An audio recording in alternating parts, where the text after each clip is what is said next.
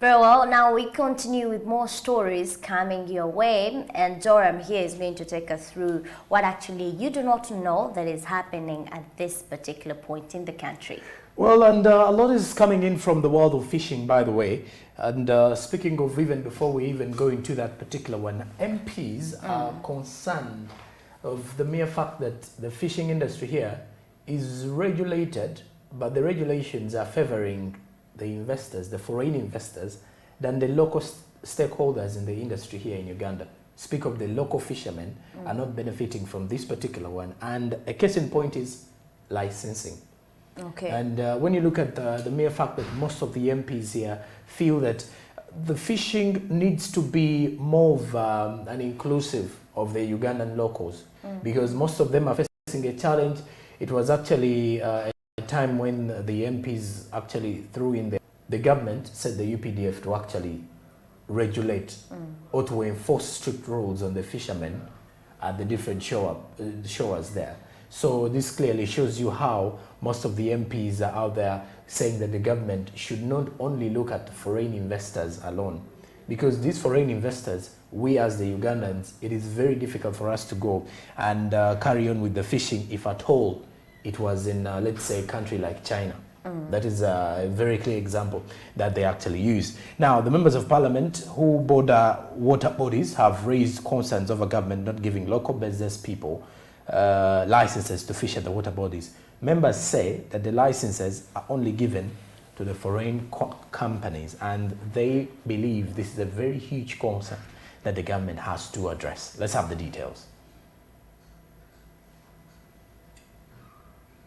Fishing license in Uganda, the applicant has to contact the Department of Fishing at the Ministry of Agriculture, Animal Industry and Fisheries. Once the application is successfully processed and the authorities are happy with the documents submitted, the fishing license will be provided. However, members of parliament said the local business people find it difficult in business. We have observed a discriminatory policy under licensing that is limiting Ugandans from accessing these licenses, artisanal processing licenses, in favor of foreign investors. We are all aware that according to the statutory instrument, number 33 of the Fish Act or Fish Rule 2010 gives the powers to the Directorate of Fisheries to issue licenses to all stakeholders and interested parties.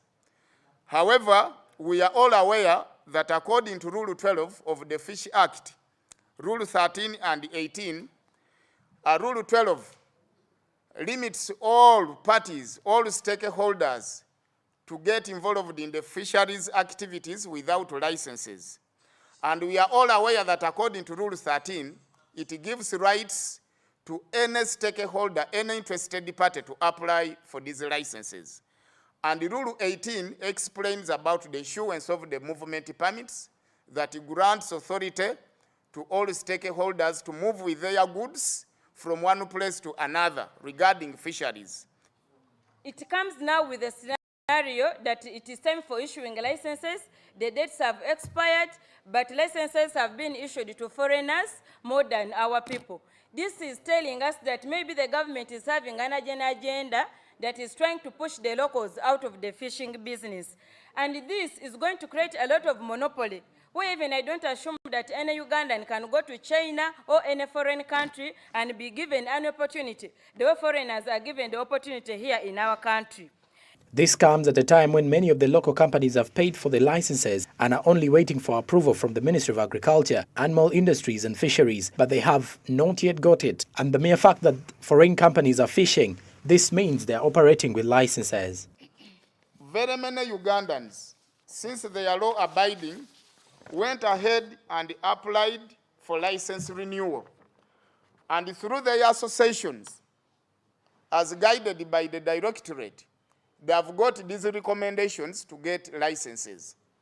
After applying for those licenses, they went ahead and paid for the licenses in DTB, Diamond Trust Bank, Entebbe branch, and some other branches in order for them to access license. Not only one, but all about more than 20 companies of Africans dealing in the fishing sector applied for these licenses. Contrary, the ministry has insisted not to issue any license.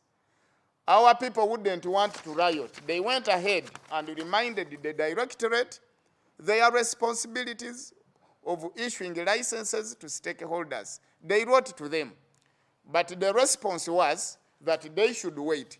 However, the waiting and for issuance of license does not wait for the enforcement to arrest these stakeholders from the field. And therefore, for us, we are seeing it as an ironical way of targeting out Ugandans from out of the lucrative business. Case in point is about the application for licenses. You don't just apply for a license just like that. You apply for a license by even payment. You pay 500,000 shillings in applying for a license. So a poor man in Uganda, you apply for a license, and it is not given to you. And it is given to a so-called a foreign investor, who is not an investor. Our indigenous people are also investors, and they must be assisted. Then a light-skinned man is called an investor because he's coming to compete with our local and indigenous companies. Are we in China? Can we do the same in China? Is this government working for Ugandans or are you working for Chinese people or Indian people? These are the questions that this government and parliament must help to answer. Uganda is home to many important lakes, making it one of the world's largest producers of freshwater fish. In 2018-2019, the fishing industry contributed $703.7 million to the country's economy, representing close to 1.5% of GDP, and now in 2020 to 2022, it's close to 3% GDP. The concerns that are raised is that there's repatriation of money which would have accumulated to the country's GDP. I've identified that fisheries contribute 3% to our GDP.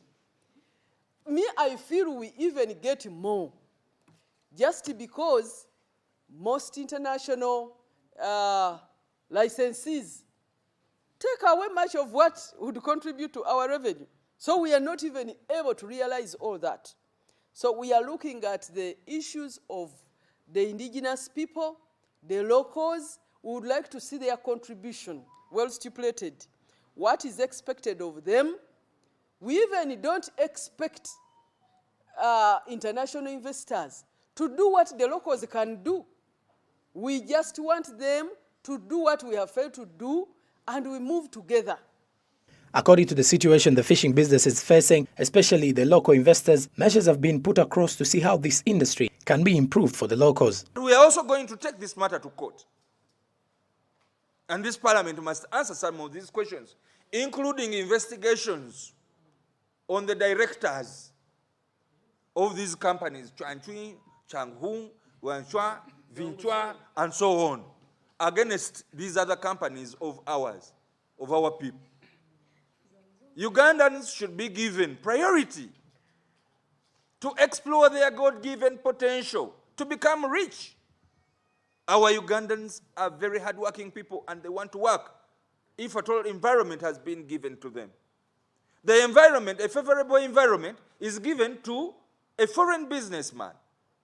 And we are being brainwashed to call them investors, as if our businessmen are not investing their money. These businessmen are even given tax holidays. Our businessmen, apart from not being given licenses, if they have chance to be given licenses, they can never be given a tax holiday. What kind of country are we living in? With all this said, what resulted was when the UPDF was directed to safeguard water bodies and local investors started complaining of torture, harassment, and now not giving them licenses.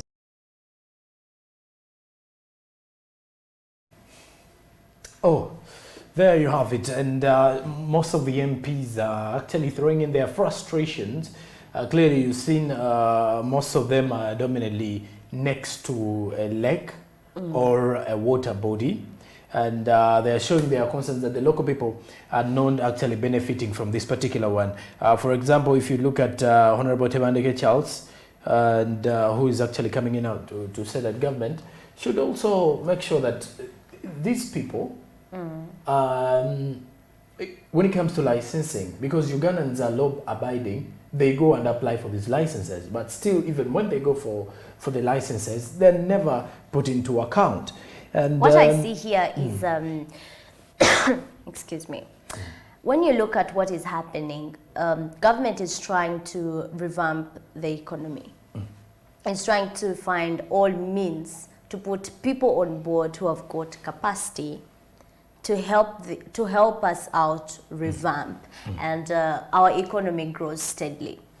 But maybe one thing they're not considering here, or that is creating gap, is how they're actually implementing those certain ideas. Because investors are not bad to come and, invest in money and, do business, create opportunities for people. But now the question is, how are they making sure they are creating opportunities for people, not exploiting them? Because what is happening, what the MPs are concerned about is the exploitation that is ongoing. You're given priority and the community is less considered. When someone was highlighting we should eliminate that local word, local people. Okay. There's a way someone feels when you say When the you said local local. people. So we replaced it with community. So from today, please pass it on so that the community know and realize that, hey, the investor is here and this is how we are benefiting. Jeremy, you will not hear a complaint. If someone comes and then gives an opportunity, an equal opportunity, okay, how many licenses have investors taken and then vis-a-vis the community? If it is 60 community and then the 40% investor, that's okay.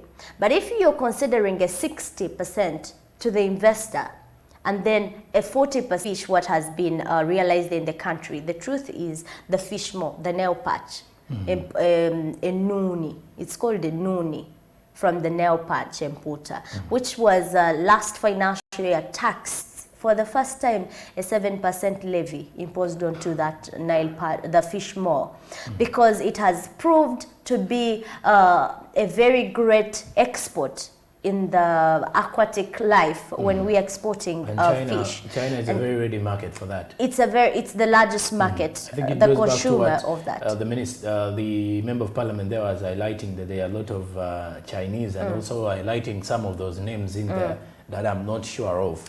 So my concern is that this came out to be proved that it is a nice thing because a Ugandan fished that out. It is not that we were doing it badly. Oh, that is why the UPDF was implemented, highlighting that people were not implementing good terms in fishing. Okay, that wouldn't be the case, but the handling of a community, how are you handling them? Okay, if the community was not fishing well, bringing out the quality as government you need to transport, to export, is it the right thing to do to bring investors to fish it themselves? Why don't they come and then teach the skills they are using?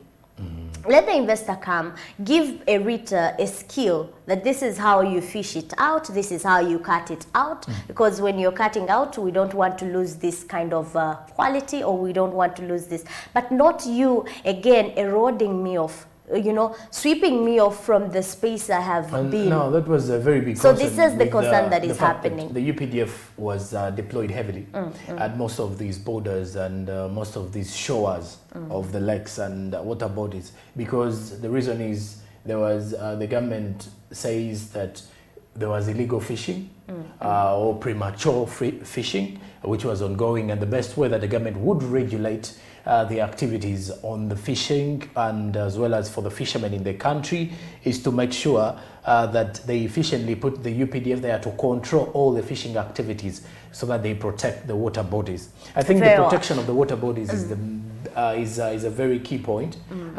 for the communities around the water bodies to at least conserve our water. Because And what this you're is saying, where Jeremy, this fish is actually true. breeding But at some from. point, we need to try to.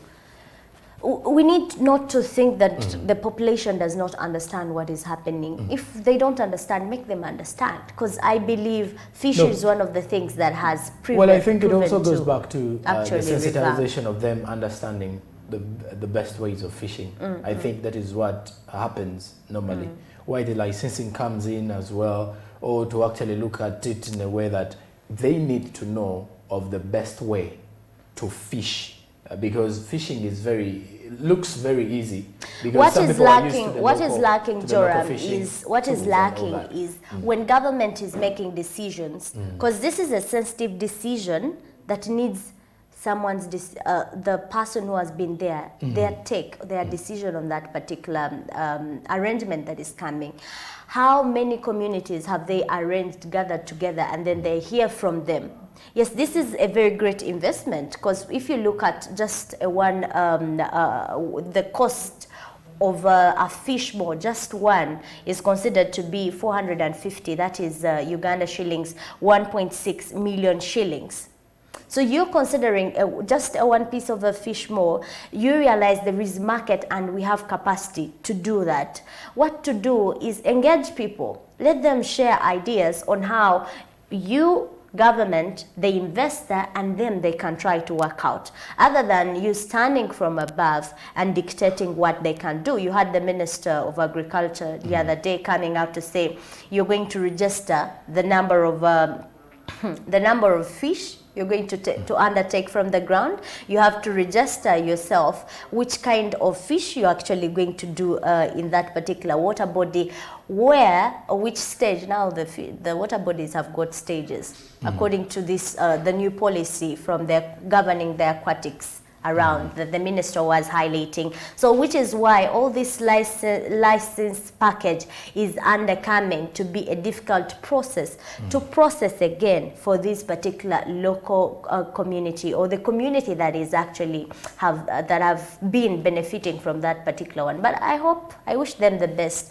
as government tries to mitigate all these costs, to integrate that gap between the investor and the community towards the fishing activities. All right, now away from that particular one, we talk saving for investment. It's a very big topic for anyone out there in terms of retirement, and in times when everyone is retiring, there are always plans for you to have a better retirement plan. But how best can you do this? We have Sharon from Zeno Investment taking us through saving for investment.